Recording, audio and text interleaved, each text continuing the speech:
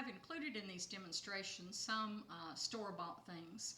Obviously, I don't want to cause much expense, and most of these things are not very expensive.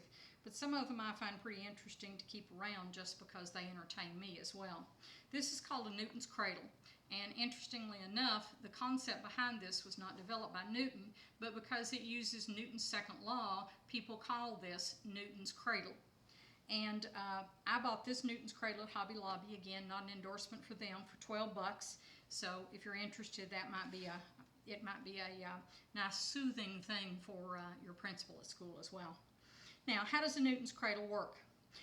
You'll see it has 5 balls, so there is a center point of gravity. It has to do with momentum, has to do with gravity, and it has to do with Newton's second law.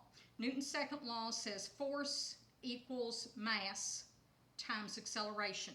So F equal ma. Again, you can tie that into science, you can tie that into math, and do some acceleration practice there as well.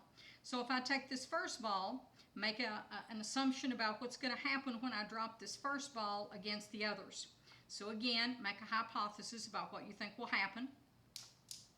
Notice that only the last ball is the one that moves. Okay, so let's see what happens if I take 2 balls and drop them. You get an equal reaction on the other side. So again, Newton's second law, force equals mass times acceleration. Acceleration obviously having to do with the speed that they're hitting, and then because there's 2 on this side, it's an equal force to hit these on the other side. Now, what about if I take 3? Because we've got that center one. Notice that the center one goes both ways, again, so that you've got equal force going both directions. A pretty simple explanation for how Newton's second law works, and a pretty cool experiment.